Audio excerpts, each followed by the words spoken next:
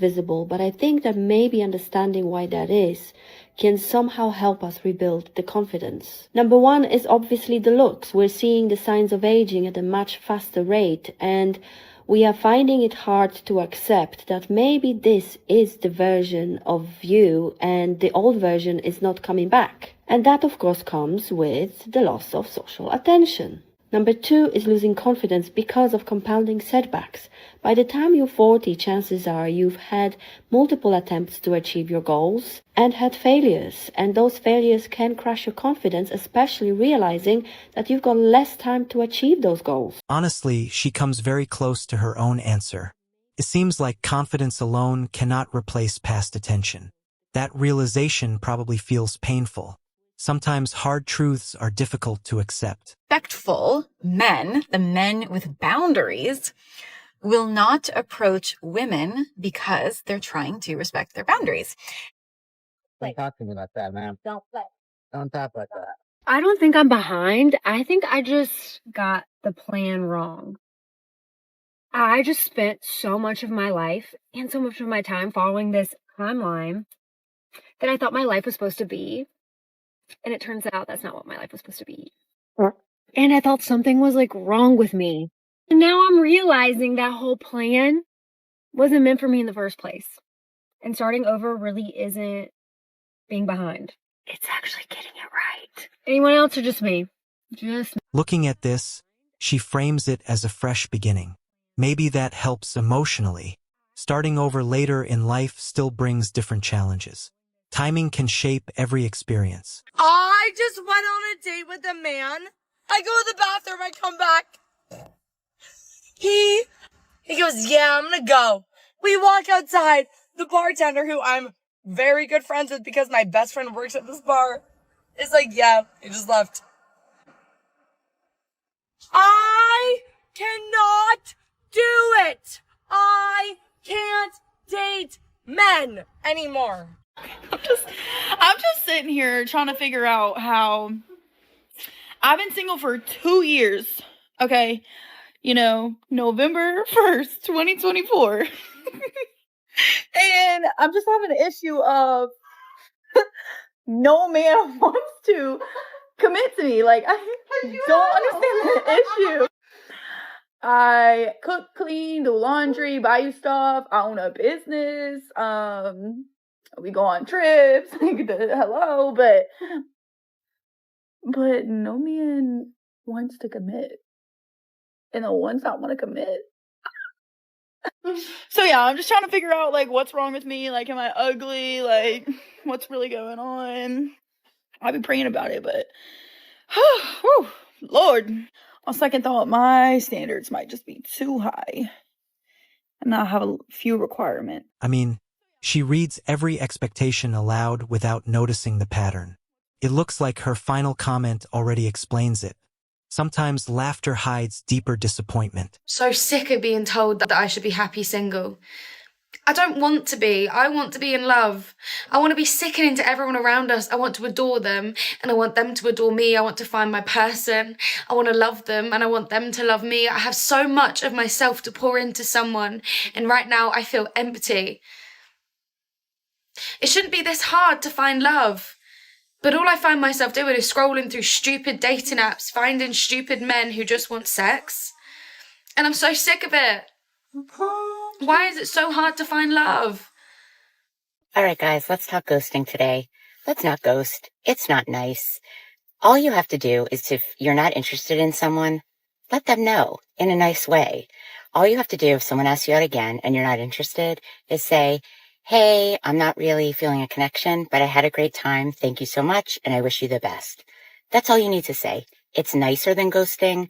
Ghosting makes people wonder. It's just not nice. I don't do it to men. I don't like when men do it to me, so let's not do it to. So, she feels confused after being ghosted by several men.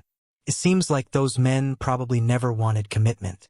Mixed intentions often create painful misunderstandings. Where the hell have all the good men gone? Where are they? It seems that no one has manners anymore. Men hit me up for a booty call all the time. Trust me, I read your DMs. Whatever happened to hi or how are you? You can't have riz without having some class. Practice good table manners, be a gentleman or a lady, and for the love of God, wear something chic. Can't get a second chance to make a first impression. Honestly, she expects kindness from the remaining men reaching out.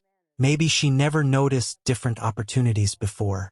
Looking back can sometimes reveal missed chances. When I'm zero interested in a guy, he's doing everything for me. Like a guy who really wants you, he's doing everything for you. It's crazy. Them like child to do everything. But these are the guys I'm not interested in. Because there is something missing. There's something not aligned. I don't see potential there, you know? And when I really see potential in a guy and I really want him, he's treating me like shit, or not like shit, but he's not really into it. He doesn't show effort, you know what I mean? Like, why the fuck? It's not fair. Looking at this, many men may relate to feeling overlooked. It seems like changing priorities happened later. That shift probably leaves both sides frustrated. Everyone carries disappointment. If you're a woman that feels invisible to men, you've probably heard a lot of women on the internet saying like, yeah, it's so easy to get a boyfriend. Male attention is everywhere. It's very low value. They are climbing through your windows, clawing at your doors. Like, then you may be listening to this feeling invisible to men being like, oh, but like, that's not the case for me. Everybody says it's so easy to get a boyfriend, but for me, it's not. There must be something wrong with me. I must be ugly. Wrong conclusion. Wrong conclusion. You might be ugly, but if you're a woman, that's not the reason why you're single. I'm just kidding. Every single woman that I can like see her profile. I mean, she says looks are not the real issue. Maybe the dating choices matter more. People often pursue partners with different goals. That can end badly. If a man ever brags that they do not chase women, they brag that they're not going to go out of their way for women, you, like men, you want to be a princess, you want a man to chase you, they haven't admitted to themselves that they are like actually gay. Okay. Did anyone else just not picture their 30s the way that they're turning out? Not having kids, not knowing if you want kids, not owning a house, not living close to your friends, feeling like you have zero friends. This post isn't even me having a whinge. It's just literally reflecting of how funny it is when you're in your 20s and you're like, oh, I'll be married with 2 kids when I'm 25 because 25 is so old. But then when you get to your 30s, I'm like, bro, this is young. But why do I feel old? I'm 33 and I feel old and I feel like I'm running out of time and I feel stressed about things that I've never stressed about. Even when I turned 30, when I turned 30, I was in my most zen era and now I'm 33 and I'm like, oh, what is happening? Anyways, anyone else is in their 30s and is just thinking, this is not how I thought it would look. You are not alone and everything is happening exactly as it should be. That's what I try to remind myself when I start to stress out and when I'm running out of time or I'm behind. I'm just like, we are all on our own path and this is my path and that's okay. So, she lists everything she still hopes to build. Probably reflects unmet expectations. Hearing that can feel emotional. Life rarely follows a perfect timeline. Still stand by the fact that my husband is the ugliest man that I have ever met 5 years into our marriage. If you are single right now, it's because you want to be attracted to your partner, and that is just not realistic. I don't know how many times women on this app are going to have to say it. Find an ugly-ass man and marry him. And I'm not talking about a guy that just needs a little brush up, okay? I'm talking about a terminally unattractive man. I sleep with an eye mask at night so that I have time in the morning to mentally prepare before I make eye contact with my husband. But here I am, married, and you're not. So who's laughing?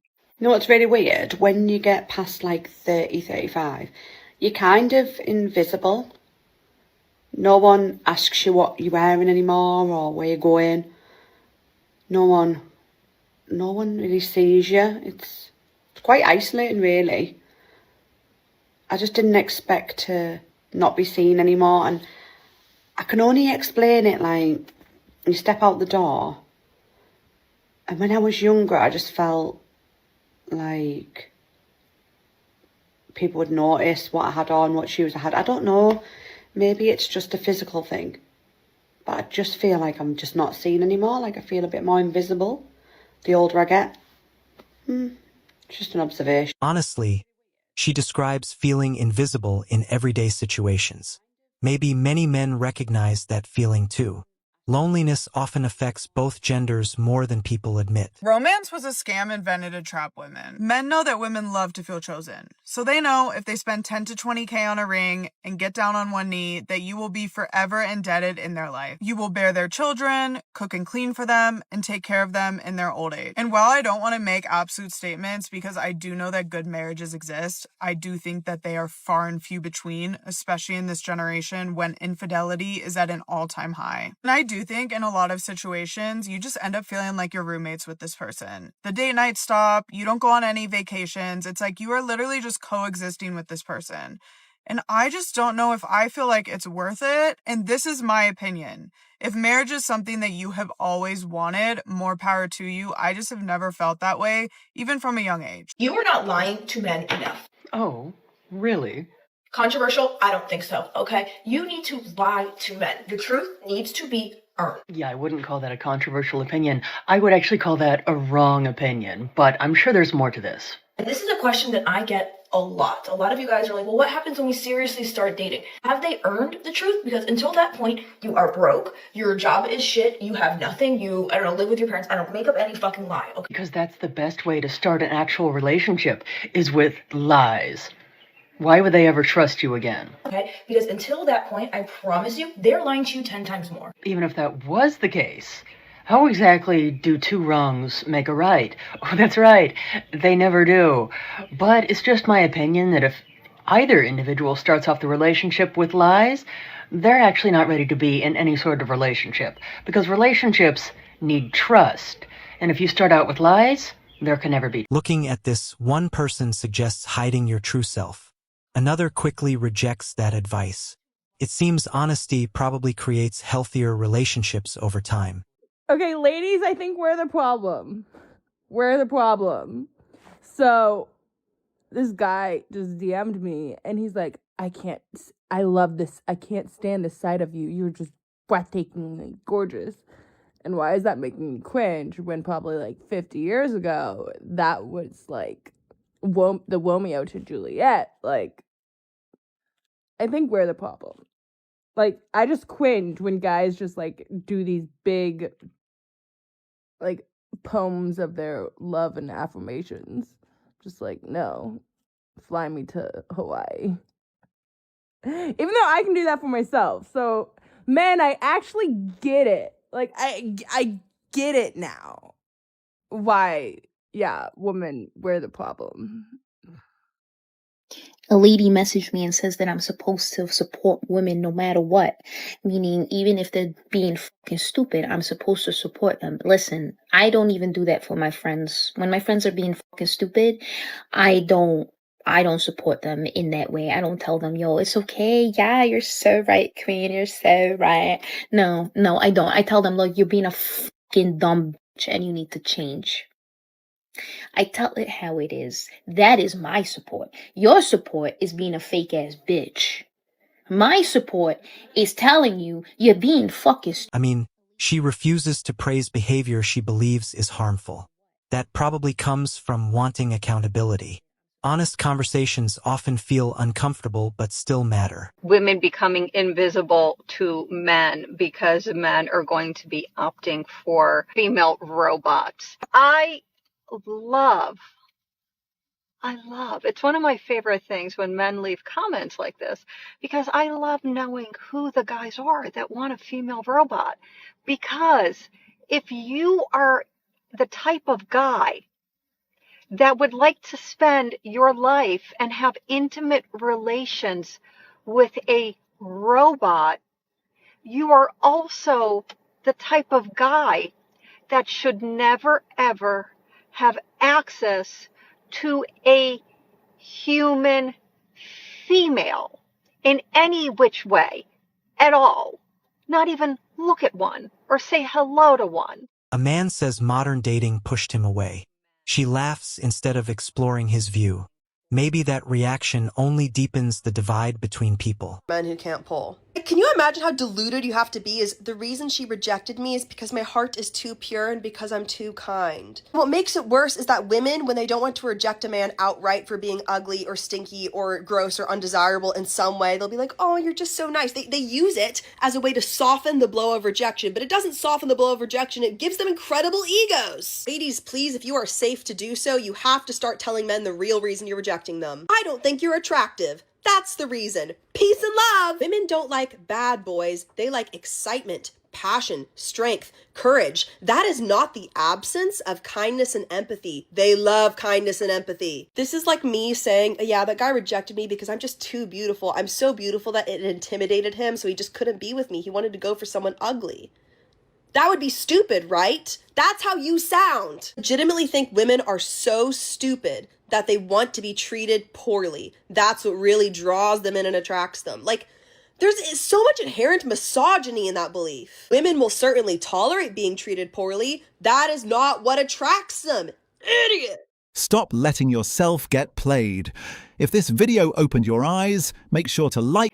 And I think many women actually feel the same way. We love knowing who's the type of dude that would have relations with a robot, because that's exactly the type of dude that I don't want even looking in my direction.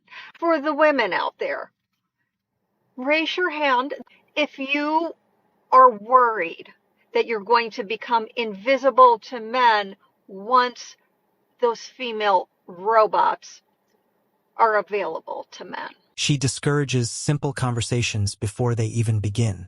It seems many men could withdraw completely. Small interactions often shape bigger dating trends. Women don't leave good men. They leave men who made them feel alone while standing right next to them. I'm so tired of the narrative that women leave when they get bored, or when they're tired, or when they find someone better, or when they stop appreciating what they have. That is not why women leave.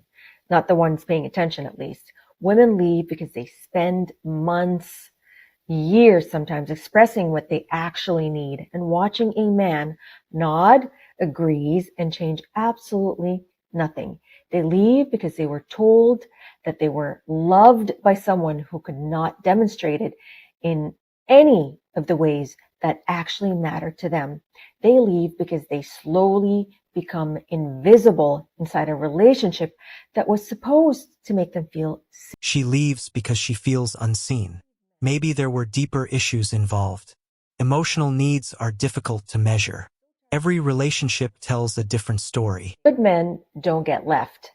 Men who are emotionally unavailable, consistent in their inconsistency, present in body and absent in every way that counts, those men get left. And then they tell everyone that they have no idea what happened. And here's what I want women to hear. Leaving a man who cannot meet you is not giving up.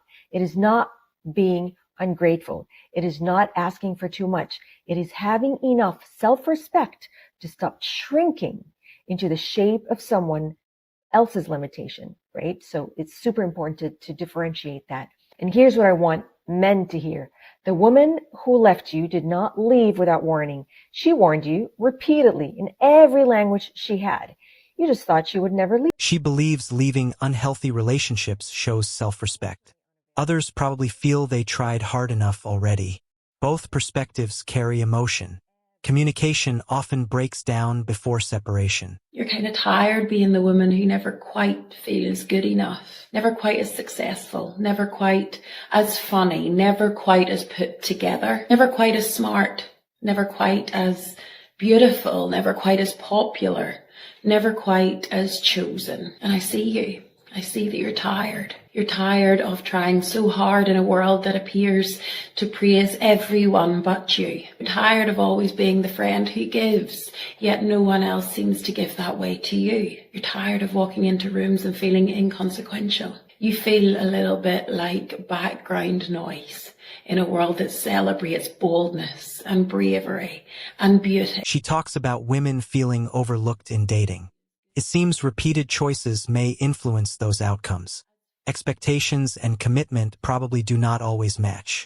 As a young woman, you should be a whore. Hear me out. The obsession with female sexuality is as old as humanity itself. Abrahamic religions present to us the virgin, honorable, pure, and they present to us the whore, shamed, degraded, cast out. They appear everywhere, in art, literature, jokes, pornography, fantasies. You probably don't remember the first time you were called a whore. You probably don't remember the first time you called someone a whore. As the years go on, you realize that every culture has a whore. The woman with her hair out, the unmarried woman, the woman who travels alone, the woman who travels with her friends. To some people, it is the girl who goes to school. To others, it is the girl in the bikini. Every version of a woman can be twisted into the whore. And then you realize that the Madonna whore complex is a lie, a complete fallacy, to delude you into thinking that there are women more deserving of being called a whore than you, instead of making you resist, truly resist. The Madonna whore constellation tricks you into auditioning for Madonna. In reality, there is only the whore. The girl who fucks on the first date is seen as a whore the same way the married woman's husband, who clicks into online rape academies, sees her as a whore. The wife isn't safer than the slut. Madonna isn't more loved than the whore. They are hated all the same. Eventually, you realize that whore is a flexible accusation that bends itself to punish any version of female autonomy. The whore is the panopticon of patriarchy. Eventually, you realize whore means... She discusses criticism directed toward her behavior.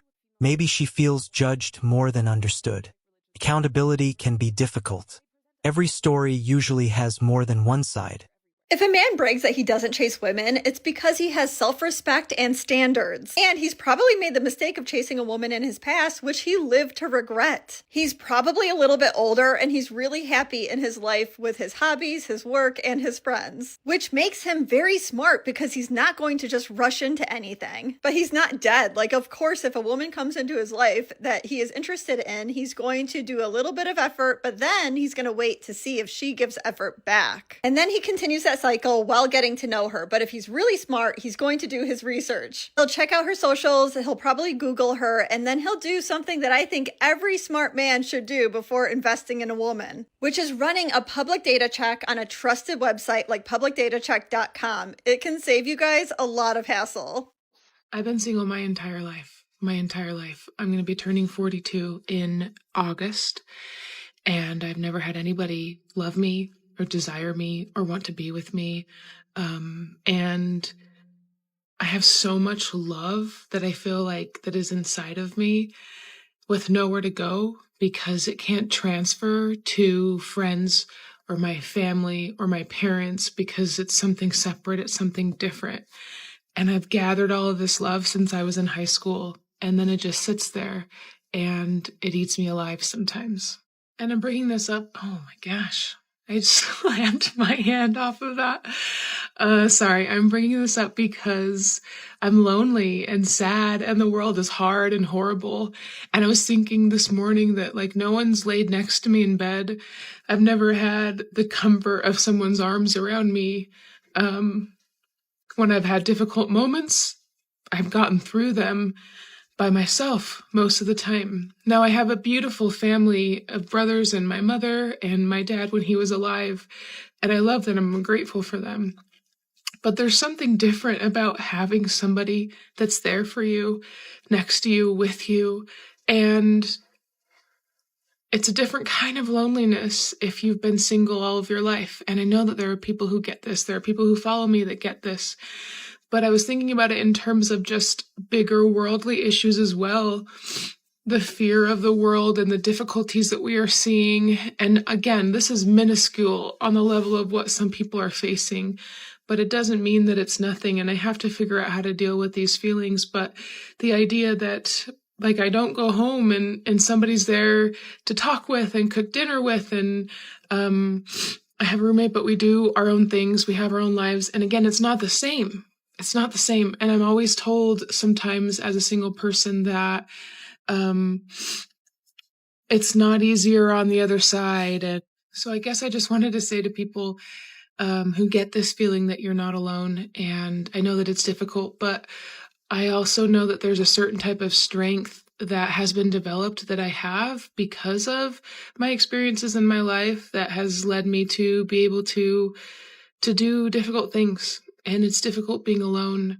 And it's okay to feel lonely, and it's okay for it to feel hard and scary. So just know that you're not alone, and know that I see you and I'm there with you. And I'm still seeking to find ways to make it easier for myself.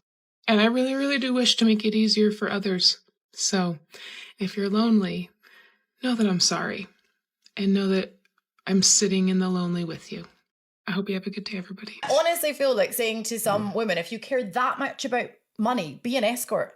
Because you don't care about love and you don't care about who the man is. You're actually wanting like bags and but he headphones doesn't and care this. about who I am. He doesn't care. He's not asked any questions. He's not got to know me. He's like put no effort into getting to. He's just gone, let's go for a coffee. But the guy, I'm meaning a guy with humor, personality, that's looking for a partner. They're going to be pushed to the side if they don't have money. Yeah. This is what I'm saying. You can have a cost-effective date and it really doesn't need to be a coffee date. There are so many things that you can do, but what I'm needing to see is effort. I'm needing to see that you are actually being like intentional about this. Okay, so what would you suggest for a first date? I'll go for a pancake with you. Yeah, I hear that. Joe, Big Joe, what's the first date? How much is that? A first date?